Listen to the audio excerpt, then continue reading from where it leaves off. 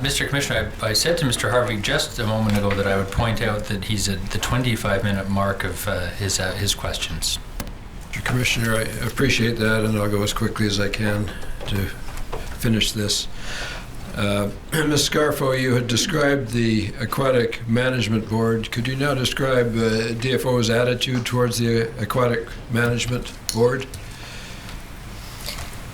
Yeah, I guess the most recent description of how the government handles recommendations that come out of a comprehensive board would be the Canada-US Chinook Annex and the reduction of the troll catch by 50% in that region under that annex. And what we did was, having met with the minister, and she outlined the challenges on developing a mitigation plan, we took those challenges back to the region. We formed a subcommittee of the board and worked for a year in developing a plan that would minimize the impacts and get the best bang for the buck for not just the individual fishermen affected, but for the region. And so we had the secondary industries, the fish buyers, the regional districts and mayors, and everyone at the table, and we worked really hard in developing that plan. And we outlined our objectives, and on that same table, we actually evaluated it against DFO's stated objectives of economic viability, the Oceans Act, all of those things. And then presented that to DFO, and my understanding is that according to the cabinet memo, they thought it was a very comprehensive and inclusive recommendation, but they didn't accept it and went a route that was completely contrary. In fact, the one that was not recommended, that the management board members and subcommittee recommended against. And that was a recommendation to further reduce the number of licenses in Area G, is that right? By buyback. Yeah, it was not just to further reduce, but to actually further reduce the allocation to the area through that reduction in fishing vessels. Yes, all right. Now, I'd like to ask you next to describe the Area G troll fishery. And first of all, for the point of demonstration only, I'd like to refer to tab 2, which sets out the different troll fishery zones. I'm sure there'd be no objection to that. If Mr. Lund could bring up tab 2 on the documents that were sent around. It's up on the screen as well as for the Oh, yes. Oh. Yes, so it's up on the screens, I see. It's just not up on this screen. Does this show all the different sub-areas in on the west coast of Vancouver Island? Actually, no, well, it does on the west coast of Vancouver Island, but the region actually continues around the top end of Vancouver Island and down to basically that second set of islands yes. where you actually get into that very narrow gauntlet. Yes. All right.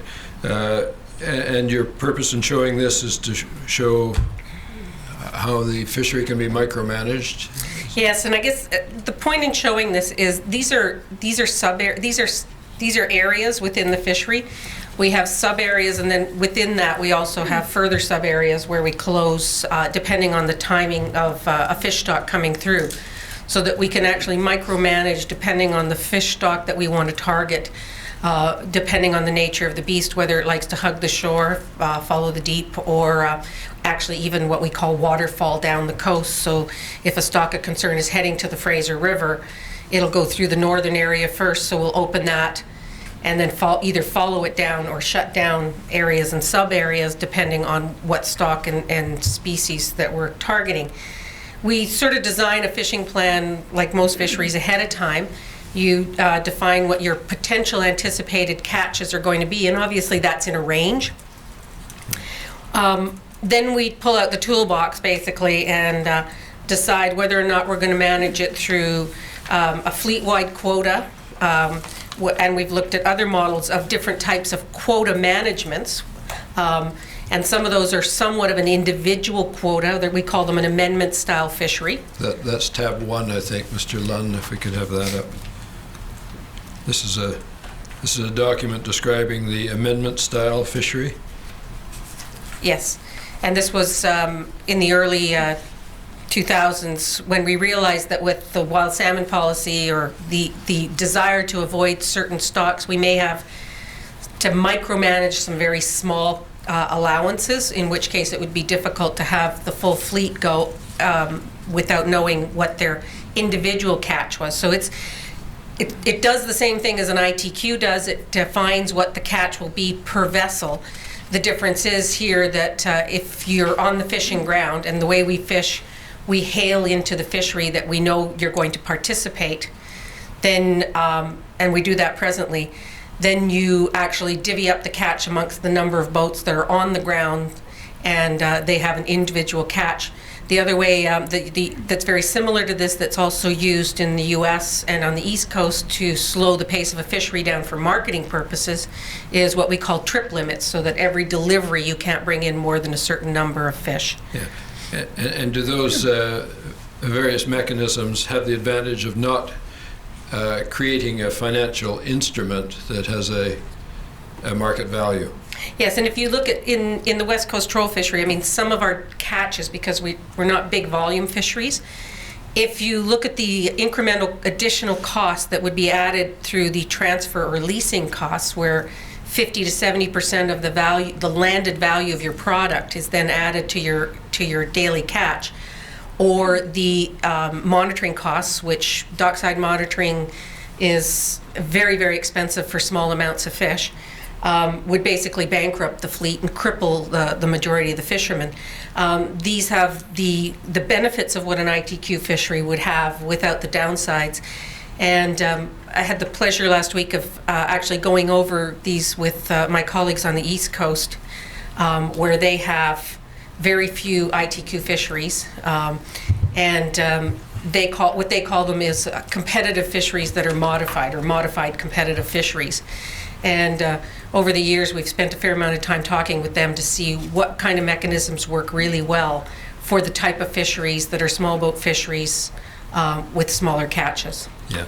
And how are those working on the West Coast troll fishery? Well, like I said, if we had not had our catch reduced by 50%, we were actually doing quite well. That adds an element that makes it a bit more difficult, particularly since it impacts the domestic allocation on that. The last round of fleet reform, fleet renewal, revitalization from the federal government was the Mifflin Plan with area licensing. And although we raised concerns at that point that there was some unknowns and uncertainties, those have still not been addressed, and we're still looking at those. And my understanding is they're now planning on using some of our mitigation funds to address the problems that were created in 1995-96 that are still outstanding. I don't have an objection. I think, just so people don't think I'm being too arbitrary in these things, the approach we've tried to take is one of to be measured. If there's a few documents, we're not likely to object if they're not problematic or difficult. If there's more than a few, the late notice can create a bigger concern for us. The other point I'll make is that Mr. Harvey referred to, I believe it was a Senate report, and that would seem to be a matter that is of a public nature, and it may be simply of assistance to avoid the artificiality of having that deferred to later testimony. And I don't know what Canada's position will be on that particular document, but I wonder if there's some wisdom to having that put in as an exhibit too. Yes, Mr. Commissioner, we don't object to the Senate report being put in as an exhibit. I'm not certain the source of this map at Exhibit 2 on the troll fishery. I note that the witness has said that it's not accurate at the north end of Vancouver Island, so I question its utility. And I'm not certain of the source of this amendment style at tab 1, if that's a DFO document or not. So I'd like more certainty as to where these documents come from. I'll ask Ms. Scarfo, what is the source of the amendment style document? That was one of the pre-demonstration fisheries on selectivity that we put forward. So that came from the Area G advisory to DFO. The map is the Chinook Management Area map from DFO. It doesn't include all sub-areas that are in the licensing area, which is a separate map. Could those then be marked? So just for further confirmation then, so Exhibit 1, the amendment style, you made that proposal to DFO. Was that ever accepted, or was this just a proposal from the Area G Troll? It was a proposal for something other than ITQs from the Area G Troll, and no, it has not been accepted by DFO. Okay, thank you.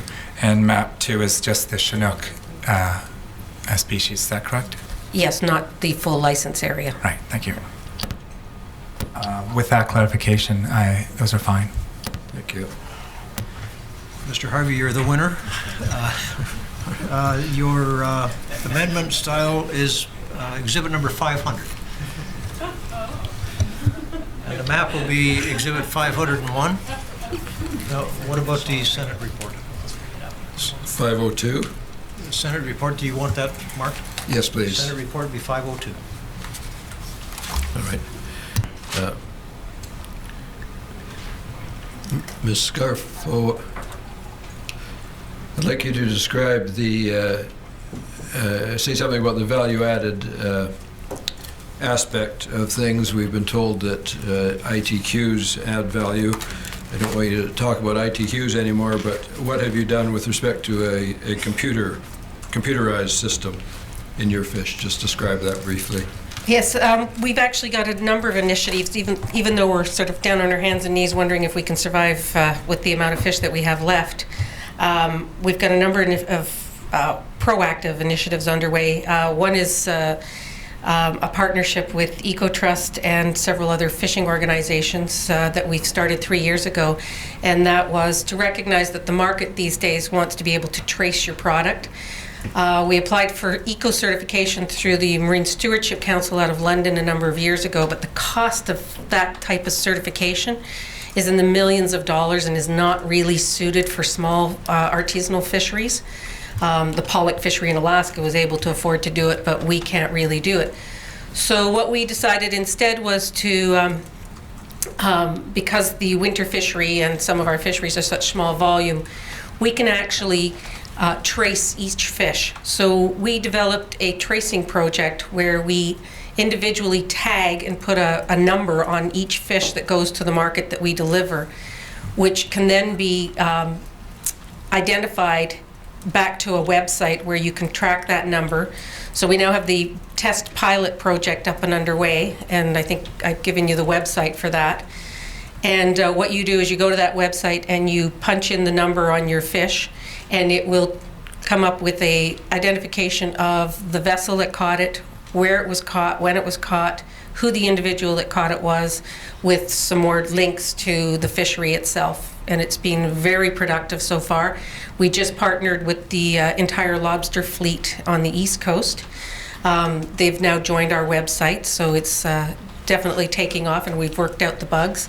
And we're getting feedback directly to the fishermen now from that website, where an individual can be sitting in a restaurant in Chicago and comment that he enjoyed his meal, and the restaurant owner can now take an iPad or an iPhone to the individual. They can punch that number in, and it directly shows you where that fish was caught. And we've had feedback from people saying how much they enjoyed it, and they're talking directly to the fishermen. Since the implementation of the winter fishery, we have the highest landed value per fish on record for our Chinook. So it's been extremely successful, and we hope to see continued results along this line. Unfortunately, we do get penalized on the domestic allocation front, in that every time we do these kind of projects, we actually lose access to other fish. And you've accomplished that winter fishery by arranging with DFO to divide up the annual TAC in time period increments. Is that right?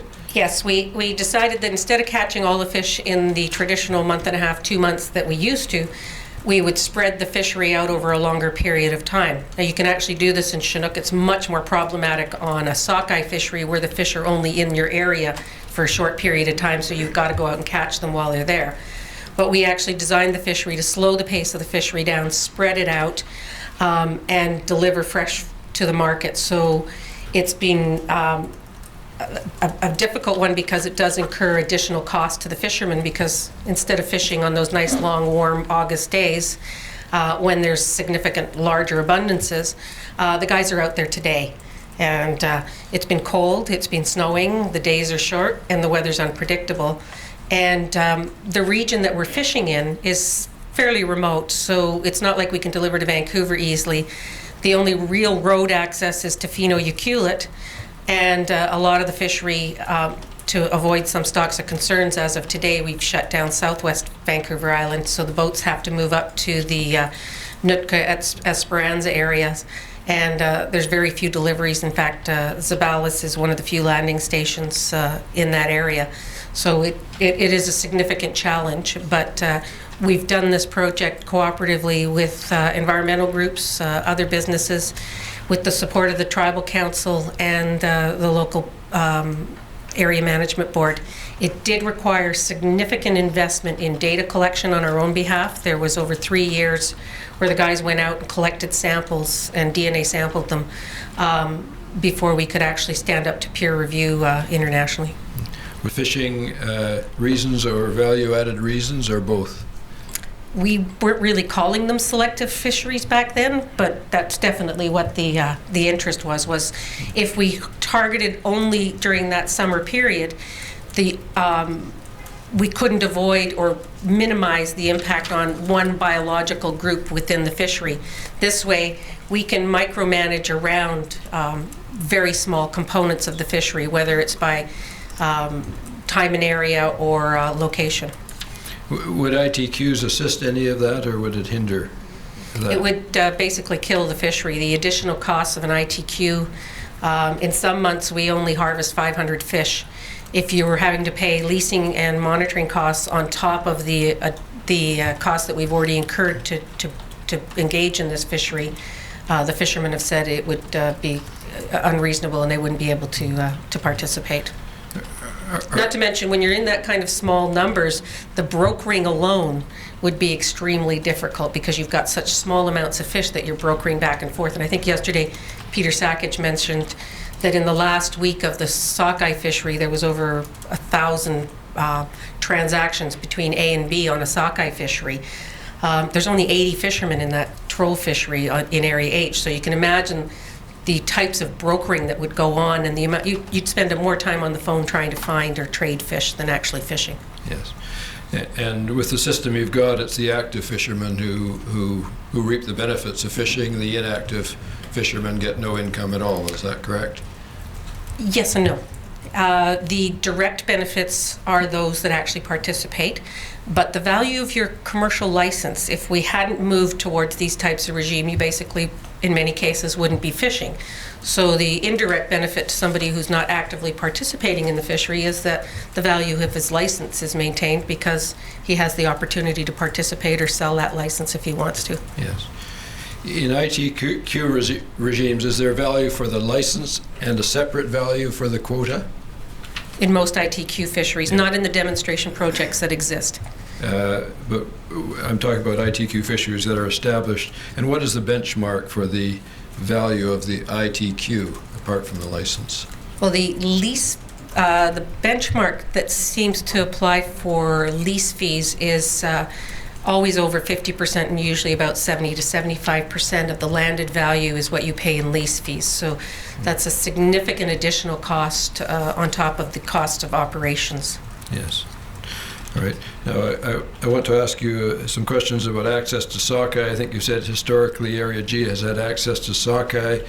Yes, and traditionally, because we fish on the west coast of Vancouver Island, and I think having worked with people like Carl Walters on these projects, the Fraser panel changed the approach a number of years ago and didn't use our test fishery to the same degree because they said it couldn't indicate abundance.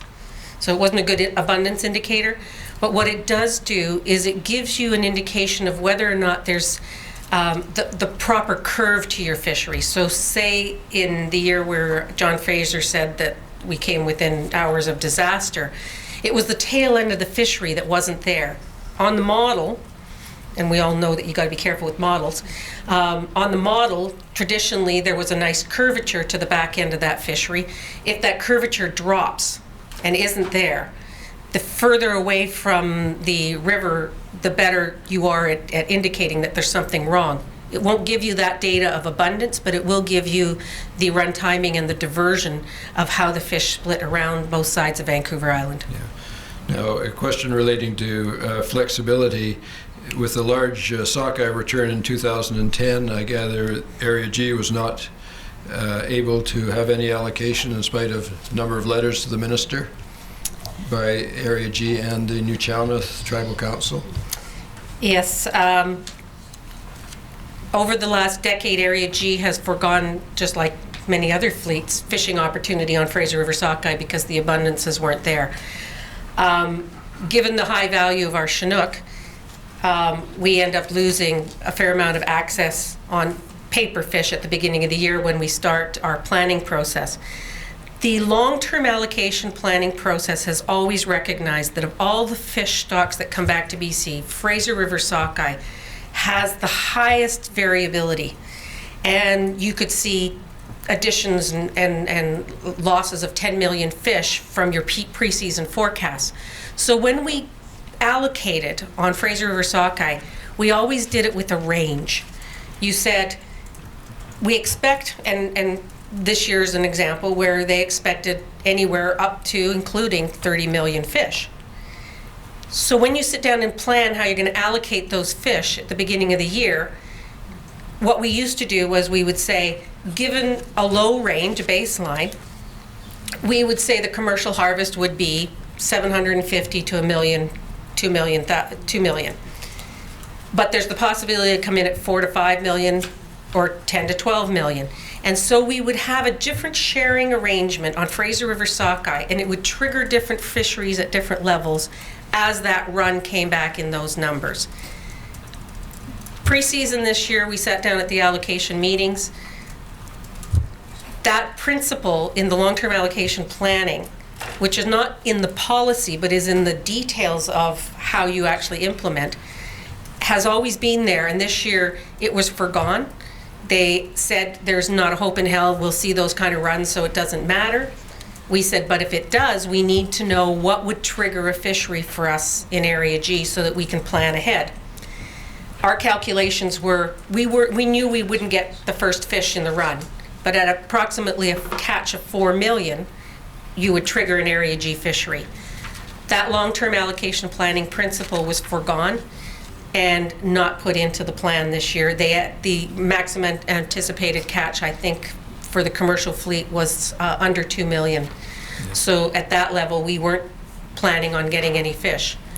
Now, does your refusal to accept ITQ's feature into this? And in particular, I'd like you to refer to DFO minutes of a meeting February 10th, 2011, and just read a portion of that. And I'm not going to ask that the document be put in, but if you have that document. Yes. The sense within the fleet and the word from DFO is consistently that if you don't go to ITQ fisheries, you will not have opportunities. I think they demonstrated that very clearly last year. Over the years, we've had a number of endeavors by the department to encourage us to move to ITQs. That has included a vote within our area a number of years ago where we were told, basically the word went out and it was coming to fishermen directly from DFO that if we went to ITQs, the conservation restrictions that we were faced with would be relaxed, although we were also told that that wouldn't be the case. We're consistently told that if we want to have fisheries, we really need to go to ITQ. And last month at an area harvest committee meeting, the question was asked as to what is required for Area G to have access to Fraser River sockeye. And our lower manager went back to senior management and asked the question, and the answer came back, and it was 2 items that we'd need. Area G access to Fraser River Sockeye for 2011 would require either of these two things. Our participation in the allocation meeting tentatively scheduled for April 14th and 15th, or a submission of a Sorry, demonstration. or and? And And, okay. Yeah. What's the second point? a submission of a demonstration fishery proposal based on transferable quota project if Area G doesn't have an allocation of Fraser Sockeye based on the pre-season plan. So in other words, if we don't have allocation based on the domestic sharing, we could get Fraser River Sockeye if we would go for ITQs. Yes, all right.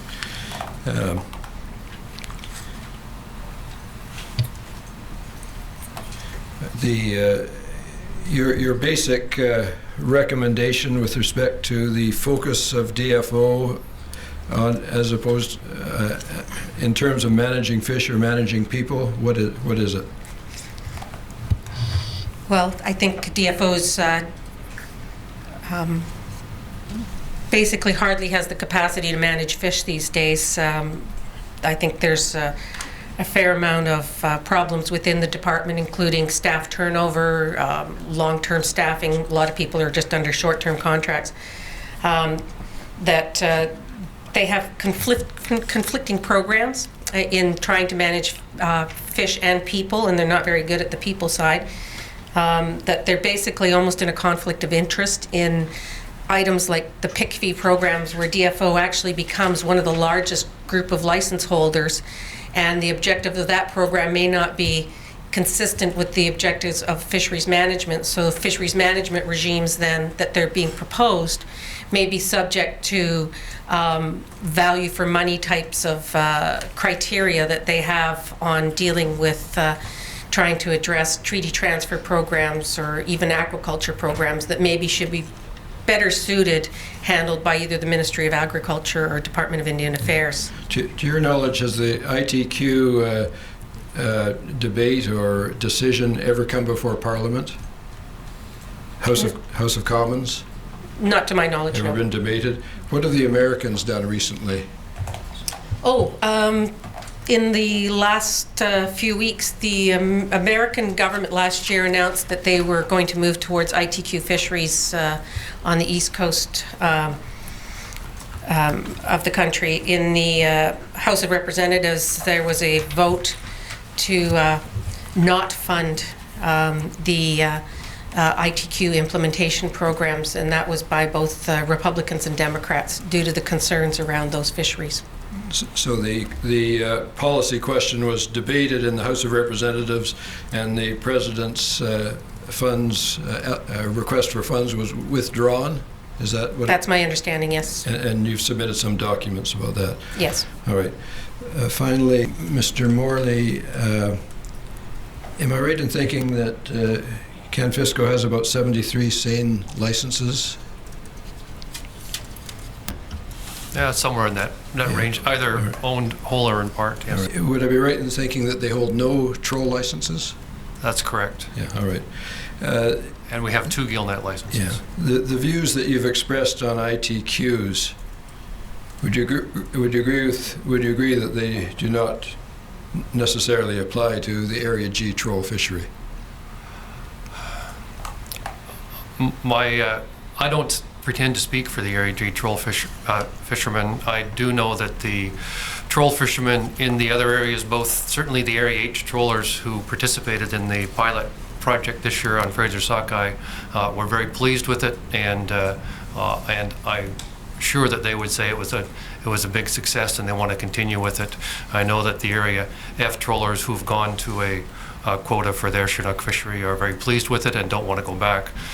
So as I said, I won't speak for the Area G trollers, but really we're talking about sockeye here, and I think, as I said previously, the sockeye fishery is one that works very well with the IQ fishery, yes. Yes. With respect to sockeye, the IFMP, we looked at this yesterday, states if one licensed group is unable to achieve its target allocation, the uncaught balances will be given first to the same gear type in a different license area. The Area H troll allocation, we heard, was not able to be caught and was given to the seine fleet rather than the troll fleet in a different area. Are you aware of that? The Area H troll quota was caught by Area B seiners under license allowed under the IQ system. Yes.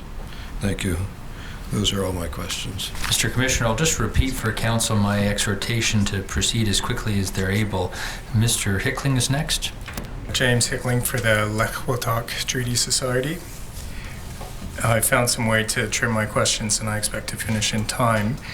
I'm proposing to lead the witnesses a bit in the interests of efficiency, and I'm sure Mr. Martland will and others will let me know if there's a problem with that. I'd like to ask Mr. Lund to pull up tab 6 of the Health Sick binder of documents. Mr. Duncan, this is a report entitled Native Participation in British Columbia Commercial Fisheries 2003. Do you recognize this report? Yes, I do. And the author is Michelle James. Who is she? At this time, she was, excuse me, I was a consultant, and she did this work for the province at that time. Michelle did similar studies with DFO. Before she was a consultant, was she an employee of DFO? Yes, she was. And did the Native Brotherhood provide Michelle James with some data for this report? Yeah, she ran the data through us, and we assisted her and identified a little more people than she had identified. So And- at that time, it is fairly accurate. And I note that it's dated 2003. Has it been updated since? No, it hasn't. Mr. Lund, if you could go to page 6 of the report. It has some blank pages in it, so you may have to... I'm looking for a table 2.1, that's it. A little less than that. Mr. Duncan, table shows a summary of commercial licenses held by First Nations people. Do you see how the table is broken up into different gear types? Yep. And looking at the same licenses, do you see how the percent of these licenses which are held or operated by First Nations is 46.7? Yep. And looking at the gillnet gear type, do you see how across all areas the percent of native held licenses, gillnet licenses, is 38.1%? That's correct, yep. And again, for the troll gear type, the percent of licenses held by natives is 9.3%. That's right. And then across all gear types, native held or operated, the figure is 32.2%. And Mr. Lund, if you could turn to table 2.3, which is on page 12. This is a table showing the landed value of salmon catches, and the part of the table that I'm interested in is the lower part, which is the percentage value of catch. The figures are in the upper part, but they're broken down into percentages in the lower part of the table. And looking at that part of the table, Mr. Duncan, do you see how the percentage of value of catch for salmon catches from 1999 to 2002 ranges from 32.6% to 46.8%? Yes, And the average over those 4 years is 41.7%? that's correct. And then, Mr. Lund, turning to page 26, which is one of the last pages. Actually, if you might go to page 25 first so we can see the heading. So this is the section of the report on native employment in commercial fishing. And then going to the last two paragraphs of that report, of that page, sorry. Mr. Duncan, in the penultimate paragraph, do you see in the middle there, it says that Ms. James concludes that the total estimate of native employment in commercial fishing is 2,684 jobs out of a total of 8,742. Yes, that's most likely represents people in the fishing industry, but this figure wouldn't include the jobs that work on packers in the canneries. So not including shore workers or... No. And I should point out that this is not just the other figures were for the salmon fishery. This is a total estimate across different commercial fisheries. And you see in the last paragraph there, the first sentence, Ms. James says, to put this employment number and percentage into perspective. And then she goes on to say that the Aboriginal population of BC is 4.4% of the province's overall population. Yeah. Okay, so generally speaking, I know these are estimates, but are the numbers and the conclusions that we've looked at in this report, are they consistent with your current understanding of the level of First Nations participation in the commercial fishery? On a percentage basis, yeah, but like everything else, it's gone downwards. Thank you. I'd like to ask that this report be marked as an exhibit. Exhibit 503. Mr. Morley, I'd like to ask you if you'd agree that coastal First Nations people have are an important part of the commercial fishery. Absolutely, I would agree with that. They are, as indicated by the numbers, they've always been a large part of the commercial fishery and continue to do so. In terms of, I know in our operations, they're a very critical part of our workforce in Prince Rupert. In our cannery that employs up to 800 people, or 2 plants employ up to 800 people, there's probably 60% are First Nations people.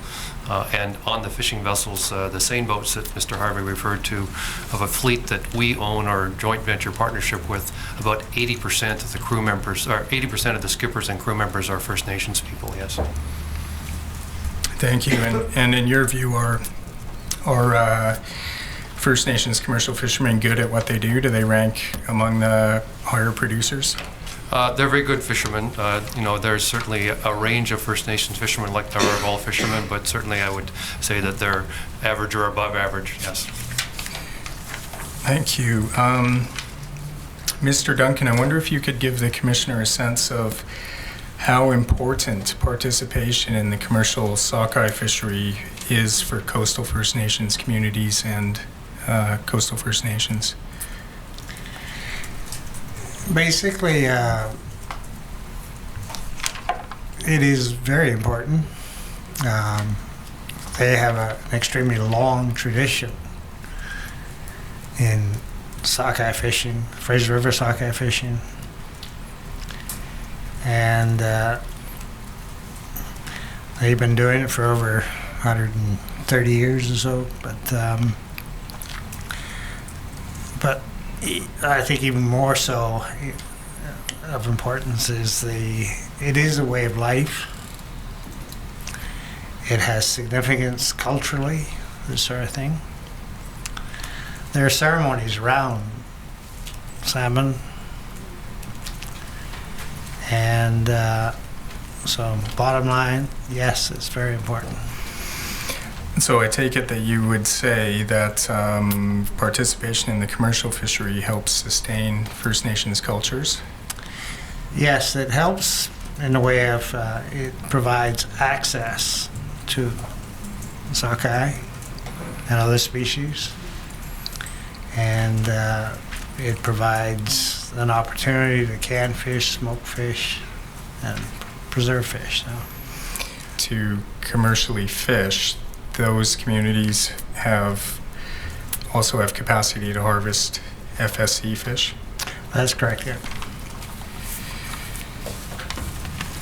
Mr. Duncan, I know that you're concerned that Transport Canada may be implementing new certification requirements for fishermen, and I'd like to ask you to tell the commissioner what your concerns are about those requirements and how they'll impact on First Nations commercial fishermen.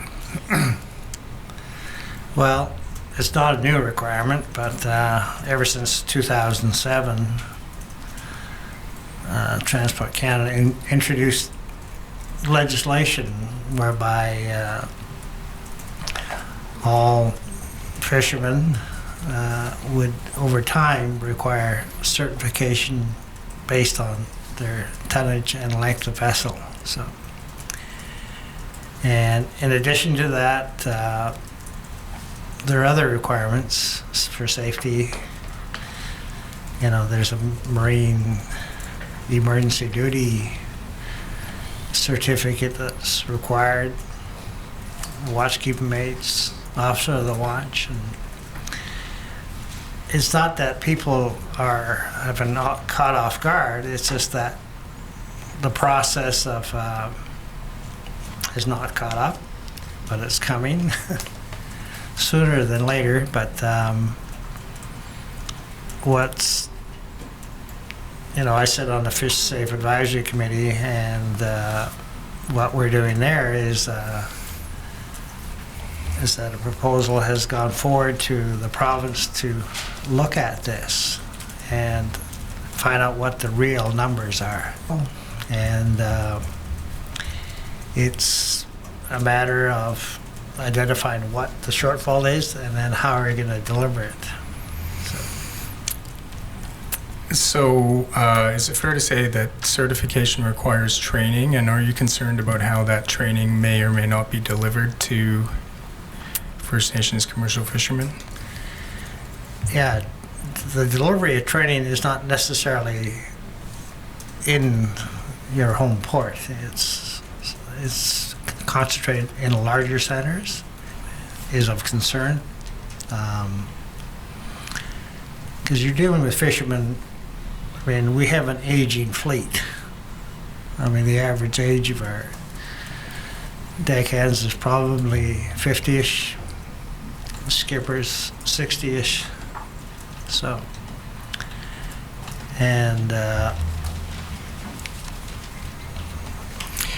mean, these guys were out there when I started, but I was one of the very few that went beyond grade 8. So, but and do you think that Transport Canada understands the issues that are involved in fishing vessels and the operation of fishing vessels? I think they're slowly getting the message. It's not that we haven't tried, but we've been trying for a number of years now to get their attention. They tend to be shipping oriented as opposed to fishing oriented, and I think the region here understands, but it's Ottawa. I'd like to ask you, Mr. Duncan, in your experience, what do you think has been the single most devastating impact on sockeye populations? From what I've seen is it's the destruction of habitat.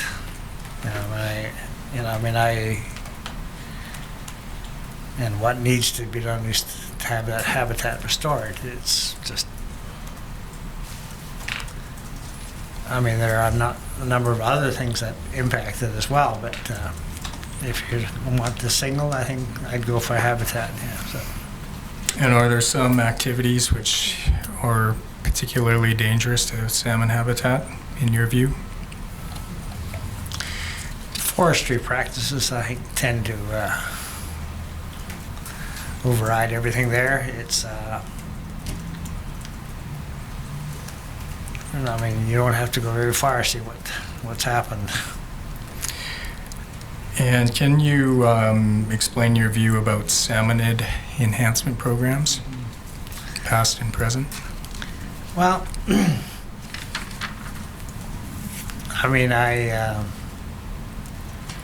one side says I support submodern enhancement because, I mean, there is a way to build up what we do have. But the Native Brotherhood, a few years back, explored ocean ranching. We went to Alaska, or at least Alaska came to us, this sort of thing. And we looked at the notion of doing enhancement through ocean ranching. And, but what we did, we approached DFO and just to see if they would approve it. And initially they were relatively supportive of the notion, but a couple of years ago we both got we got letters both from Paul Sprout and Gail saying they wouldn't provide any money, or I mean, as a result of LaRock, they wouldn't do anything for us. To this day, I don't know where LaRock came from in our proposal, because we weren't asking for any money. We were just asking permission to go ocean ranching. So. Has DFO been more involved in salmon enhancement in the past than it is today?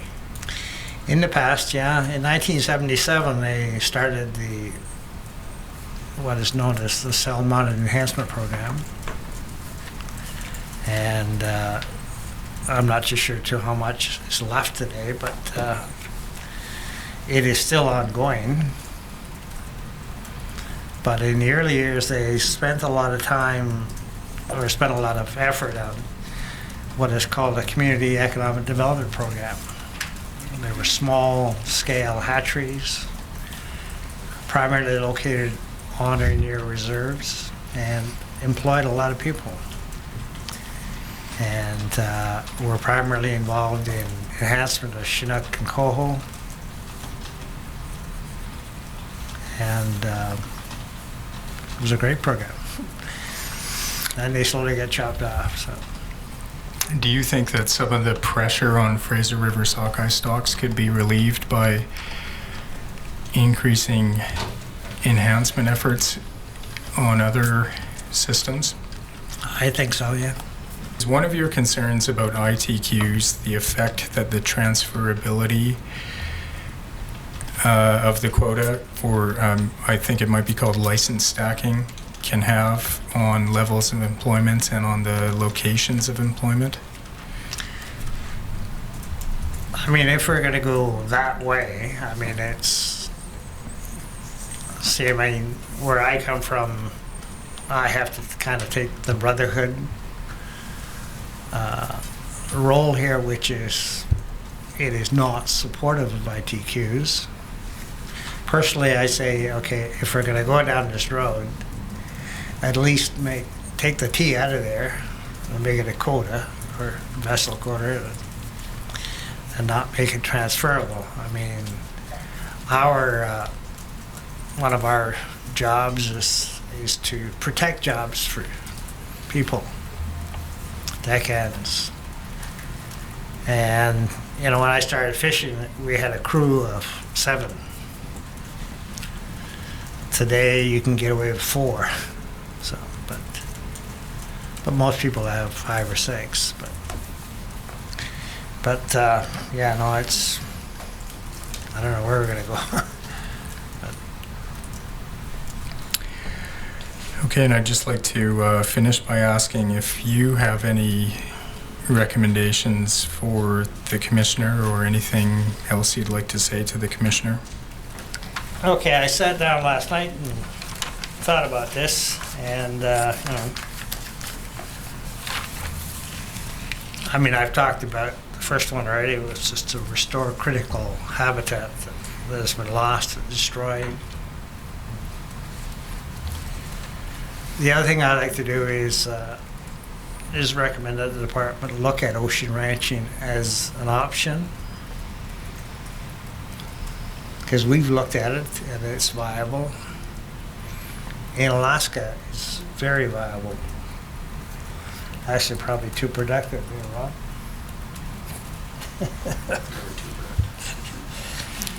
And any other observations I would have would be, you can always improve the science and research.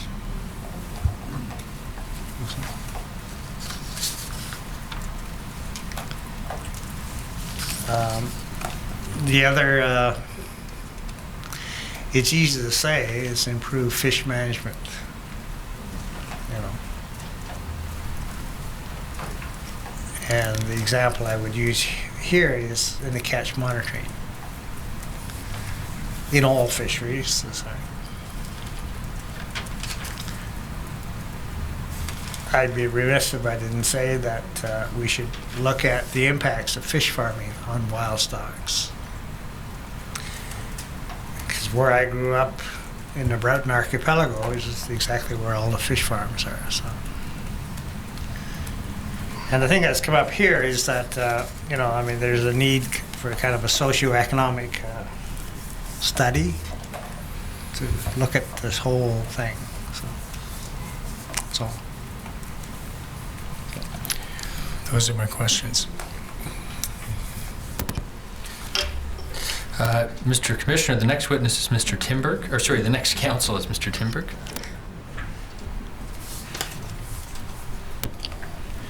For the record, Mr. Timberg, representing the Government of Canada. Ms. Scarfo, I have a number of questions for you. First, will you agree that the Area G Harvest Committee is an elected committee? Yes, every license holder gets a ballot. All right. And the Area G Harvest Committee votes by majority vote? That's how you make decisions? No, we actually strive for consensus. Under the terms of reference, we are to work to majority, but 99% of the time we work to consensus. Okay, thank you. And will you agree that there was a survey conducted of the Area G Harvest Committee a number of years ago with respect to share-based management? Are you aware of that survey? Yes, I am aware of that survey.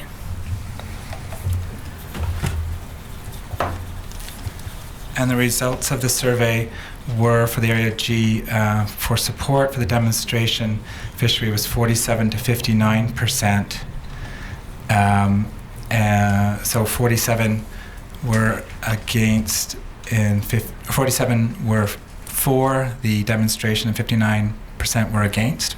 Is that your recollection of the results? I thought it was 50.1% of the responses. Doesn't Okay. add up to 100, so I'm a little confused there. Well, let's perhaps just look to Exhibit 468, Mr. Registrar. And so if we could turn to page 10 of 18. And my understanding here, if we look at this, these are the results of the salmon survey results. So you're the Area G here. So 62% of the surveys were returned, and the response was 47 to 59%. Yeah, so it would be less than 50% of the actual license holders responded in favor of a demonstration fisheries on ITQs. Right.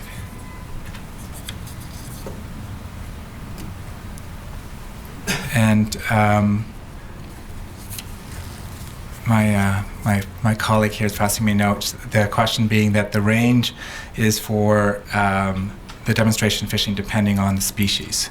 There were different species, I guess, with respect to In the ballot, there was different species put on the ballot, yes. Okay, thank you. So can you tell us then what is the view of the minority group within the Area G Harvest? How would they like to see fisheries reform in the salmon fishery? Well, there's a variety of views depending on what your situation is.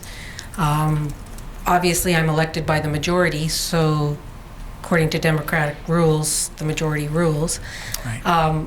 Within that time period, since that ballot was put out, There's an annual advisory process election, so that was in 2008, so that was, what, 3-4 years ago? Consistently, we've had, we have 9 representatives, and consistently we've had the overwhelming majority, one that's ambiguous on ITQs, have been elected as non-ITQ advisors.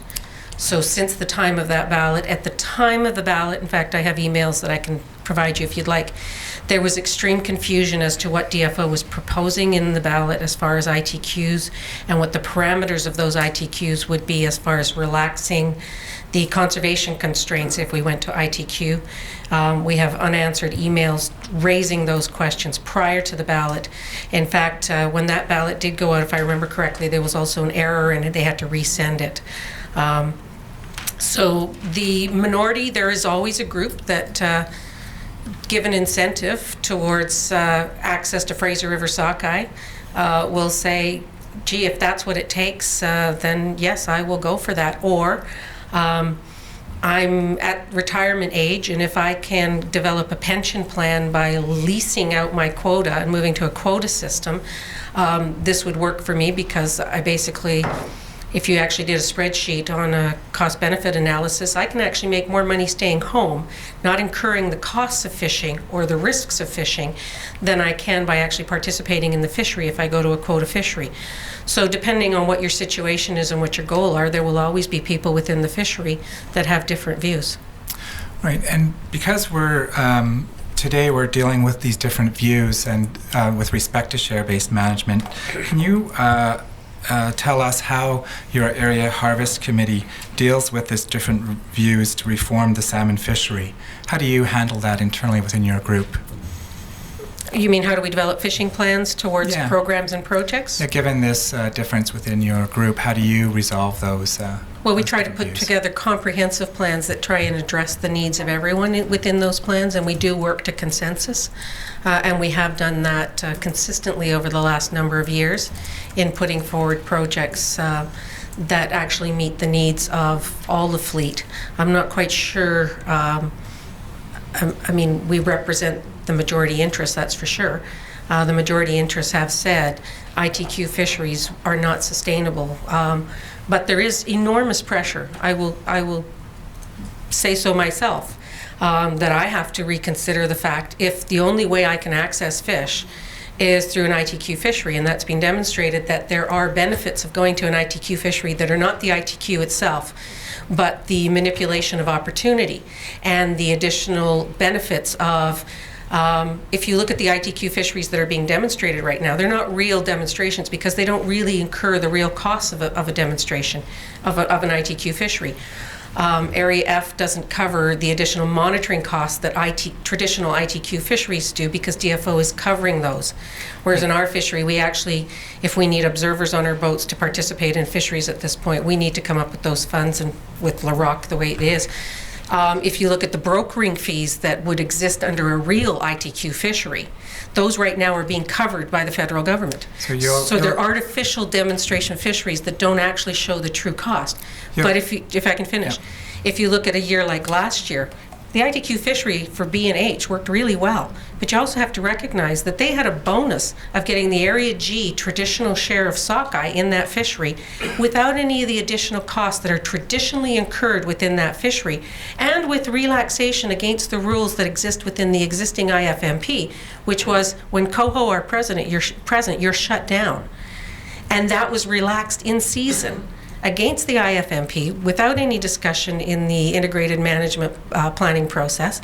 Those rules were relaxed. In fact, when I went to a meeting with Area F prior to their implementation of the Area F quota fishery, their demonstration project, the issue came up of how can we slow the pace of this fishery down by going to an ITQ if we still have this hard closure if we reach a certain level of WCVI stocks within that fishery. And the answer was that DFO would be willing to turn a blind eye and let it happen, and then just call it a management error at the end. Now that is blackmail into going into an ITQ fishery. So of course there are going to be people who will feel that there is benefit to going into those fisheries. But those benefits are not going to exist for long once you're in that fishery and the real costs are incurred. So you'll agree that right now DFO is implementing share-based management fisheries on a demonstration stage only at this point in time? They're only demonstration fisheries. I don't know how they would turn them back at this point, but they're calling them demonstrations, so I can't disagree with that. Right. Thank you. If I could ask a question of Mr. Morley. In years of weak stock concerns, this is flows out of a question that Mr. Martland asked you this morning. So it's a sort of as a refined question with respect to the move to commercial fisheries in the upriver. So my question is as follows: in years of weak stock concerns in a mixed stock fishery, is there value to the current commercial fishery to moving part of the allocation inland? I.e., if you could not do a commercial fishery in the marine waters because of concerns around cultist fish, and an opportunity came up in the river, do you see a benefit to that?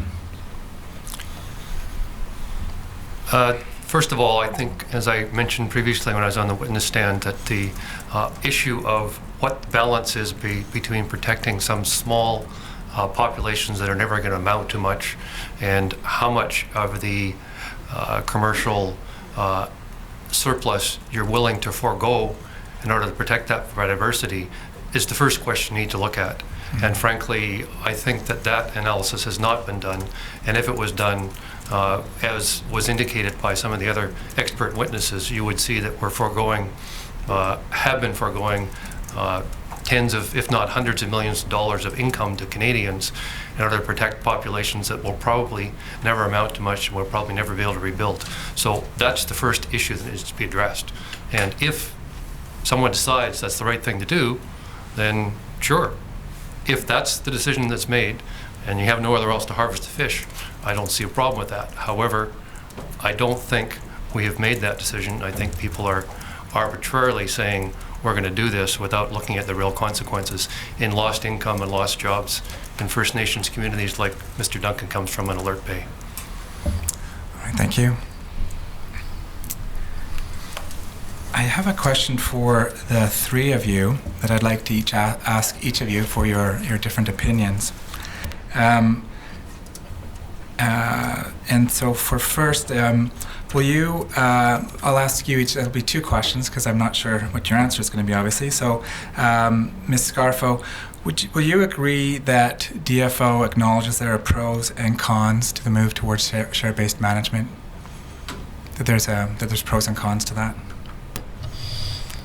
If they acknowledge it, they certainly don't acknowledge it in an active manner of trying to address those prior to implementation. All right.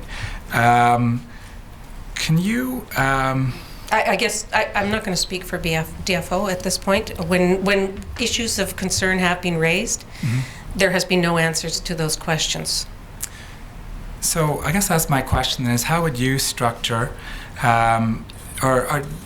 do you have any ideas with respect to how a share-based management approach could be structured to address the concerns of the Area G Harvest Committee, such as loss of your concern about impacts on small boat fleets?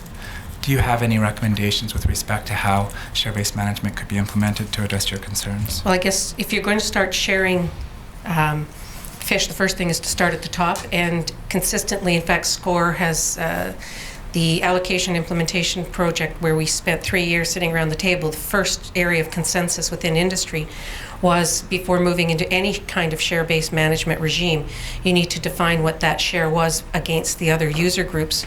In this case, it would be the recreational fleet. DFO has absolutely refused to engage in that discussion in any way, shape, or manner. At the last Commercial Salmon Advisory Board meeting, there was consensus once again that prior to implementing another allocation process, which they plan on doing with the mitigation funds, that the issue had to be to address the recreational fleet. And when we talk about the recreational fleet, it's predominantly the incredible expansion of the industrialized commercial recreational fleet that doesn't even have to meet the same selectivity standards that our fleet does fishing side by side. Okay. So if So the that's first your step, first recommendation. the first recommendation is you have to start at the top. If All you're going to right. talk about shares, start at the top and define that before we try to micromanage the seats on the Titanic. And do you have any other recommendations with respect to how to implement share-based management that would address your concerns? Well, our fleet actually has a meeting planned for, we shut the fishery down to avoid certain stocks in end of March, early April, and we have another working group full fleet opportunity where we will be sitting down once again and designing options for not just ITQs, but other ways of moving forward. Obviously, we put forward recommendations for amendment-style fisheries, MHQs, monthly harvest quotas. We've, with the tribal council in our region, asked to pilot an owner-operator policy, such as they have in Alaska and on the East Coast. And another particular recommendation would be to look at the importance of fleet separation, as we have on the East Coast, which is not being applied, where the large corporate fleet cannot buy up the small artisanal fleet just because they have deep pockets and can be more efficient and effective. So those are just some of them, but obviously there was recommendations from the Senate committee and from other places that would need to be reviewed prior to implementation. So would you agree that with share-based management, it's the design of the share-based management that's critical to address some of these concerns? It's not, there's not a cookie-cutter approach. You need to look at the particularities of each area to address it in an appropriate manner. Within the areas to harvest committees, we've always said that each area can design its own implementation on these type of projects. There is a push right now to put all the troll fleets into one group, even though regionally we obviously have different fisheries and different desires within those fisheries. We work very closely as compared to the other groups with our regional representatives from the communities and the tribal councils, and we don't put recommendation forward unless they support them. Right. So obviously there isn't a cookie cutter approach. There's obviously different needs and aspirations. I certainly won't trail the corporate seine fleet. If they want to stack and go down to 2 seine boats in front of the Fraser River because it's the most efficient economic model for them, then go for it. That's up to them. I will question whether or not that's the best use of fish, and I guess we need to redefine, as I said earlier, the context on why we're managing fish. We consistently have that conversation with the fleet. Just so you also know, in moving forward in designing an Area G fishery, at this point, with no Fraser River sockeye even in a record return historical high year, and 50% cut due to Canada-US, and a mitigation plan that has not delivered 1 penny to any of our fishermen or the region in the last 3 years since we've taken that cut. We've had to do some serious look at ourselves and decide whether or not there is even the possibility of maintaining viable fisheries. Obviously, there's a desire by the tribal council to increase their participation in the fishery. A lot of our fleet are getting older and feel that we will be moving a lot of our fishing effort into their fleets. So we have a joint project going with UBC Fisheries Center. We've just gotten National Science and Research Council funds to do that, to say, given the situation that we're in now, where we are basically at the bottom of where we think we can go and still call it a fishery, what mechanisms biologically, socially, economically could we put in place to redesign this fishery for the future? So we have a 5-year program in partnership with UBC, which includes not just economics and science in some of the modeling exercises that we intend to do, but also bringing in elements of social science through other universities. Okay, thank you. Will you agree that DFO acknowledges that there are pros and cons to the issues regarding share-based management? I think so, yeah. And can you tell us today if you have any ideas about how a share-based management approach could be structured to address the concerns of your constituents? Like I mentioned this morning, if we're going to go down that road, I think individual fishermen's catch history has to be recognized. Because we do have good fishermen and better fishermen. But, I mean, I'm not necessarily convinced that we have to go down this road, but if we do have to, we will. But So that would capture the history of the previous catches of the fishermen. yeah, as long as they did that sort of thing. But I mean, if we're talking about an IQ versus an ITQ, Yeah, I'm trying to avoid that language. I'm trying to use share-based management to keep the conversation open as to the various ways in which that could be structured. the other thing I would mention, as long as that approach wasn't imposed, because I get that feeling that that is where DFO wants to go, because it's easier for them. Yeah, okay, so that's another recommendation, that it not be imposed. And is there anything else? I've been reminded of the time here. Okay, well, not right now, no. So Okay, sorry about rushing you. And finally, Mr. Morley, will you agree that DFO acknowledges that there are pros and cons to the various share-based management systems? Yes. And can you assist us as to how you consider whether share-based management systems can be addressed or created in a way that address some of the concerns that have been raised today? I would like to have a debate and look at the evidence of the people who have addressed the concerns, because frankly, the studies I have looked at, and I think we'll talk about a couple of them that Mr. Gislason has undertaken looking at share-based systems in BC, will show that the concerns that are expressed are not reflected in the evidence of what's actually happened when we implemented them, looking at the experience in the BC fishery. So I would not like to create anything in terms of rules that are dealing with a bogeyman that doesn't exist.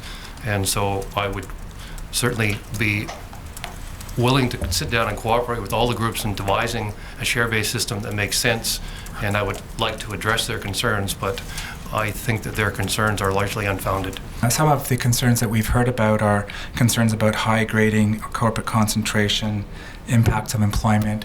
Are you able to comment now on some of those concerns? Certainly. There is no evidence in British Columbia that there has been increased corporate concentration in fisheries that have gone to a share-based system. That in fact, I take it from corporate concentration, people mean that large, mainly processing companies are buying up all the privileges. And I think the evidence, if you look at it, is that in the fisheries that under the limited entry licensing system, corporate interests owned a certain number of vessels and licenses, and they have the quota that was attached to that. Right. The people who have actually accumulated quota are independent owner-operators for the most part. Okay. Number one. What other issues do you want addressed? Well, I'm just conscious of the time. I'm just wondering if, Mr. Registrar, we could have Exhibit 483 brought up. Mr. Lund. Mr. Lund, if we could have Exhibit 483 brought up. This is the Stuart Nelson report. This was prepared for Fisheries and Oceans in 2007, and it provides financial profiles of the Pacific Commercial Fishing Fleet. Are you aware of this document? Yes. And there are a variety of summaries of each of the fleet. I'm wondering if we could turn to page 15. And page 15, there's a summary of the key challenges to success of the salmon seine fishery. And I'm wondering, and for the record, perhaps I'll just read in the 3-page references and then I'll ask you a global question. So for the assistance of the Commissioner, page 15 is the seine fleet, page 33 is the gillnet fleet, and page 44 is the troll fleet. And so I'm just wondering, my question for you is, what are the key points in this Nelson report that we can learn from? Well, the key points in this report this refers to a 2007 study, which, as those of you who've been around these hearings for a while recall, was a year in which there was very little, if almost no, Fraser River sockeye commercial catches. Right. So the incomes of the fleets that would normally catch those are highly dependent on Fraser sockeye, and you'll note in the report that their incomes are poor, if not negative, in that year. But again, 2007 reflects the period of time during which we have had very restricted harvest rates in the commercial fishery on Fraser River sockeye, and so if you go back to the 1990s, you would see a very different financial picture of all the fleets in here where they were very prosperous and making money.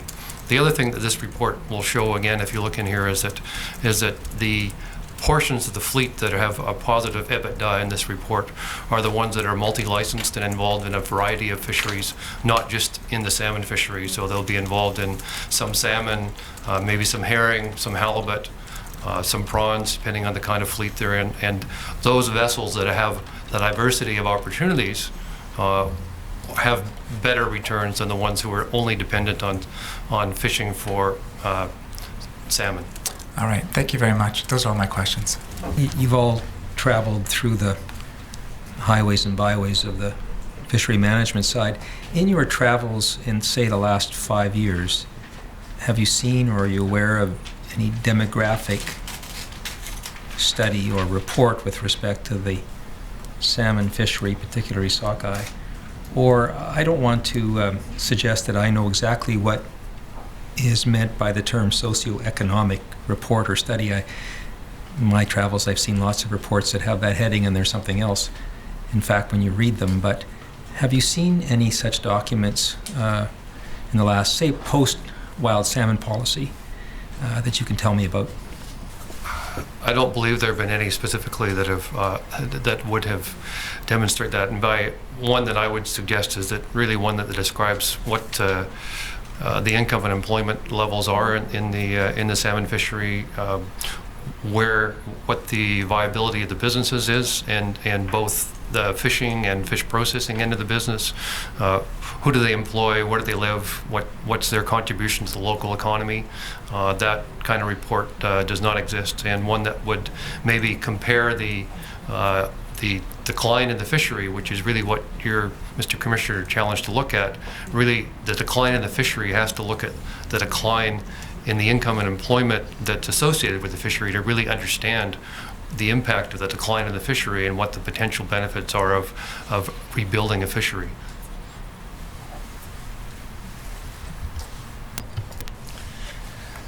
A simple answer to your question, no, I haven't seen such an animal, so. Actually, within the West Coast Vancouver Island area, we did do the Nuu-chah-nulth Tribal Council commissioned a social economic impact analysis of, wasn't called the wild salmon policy at the time, but it basically is the weak stock management strategy, which is where you protect individual stocks within that. The Job Protection Commissioner, when the Mifflin Plan came in, did do several reports on the economic impact of closures in regions or different fleet configurations. There was some within our region on the West Coast when Fraser River sockeye collapsed. I think it was in 1999 or 2000, and we implemented a voluntary tie-up program where fishermen were paid basically their license fee not to fish. We also did some work at that point with significant numbers of questionnaires while we applied for disaster relief through the West Coast Sustainability Association and our associations. There's also a report that we did through the Canadian Council of Professional Fish Harvesters, and it was a national strategy through Human Resources Development, or Human Resources Canada, HRDC funded program, where we looked at the age and demographics of not just British Columbia, but all fisheries in Canada, and that would probably be the more recent and most significant. It's probably a document twice this thick, though, so it's got a lot of detail in it, and there are some summary reviews available. What year was that, Ms. Garbo?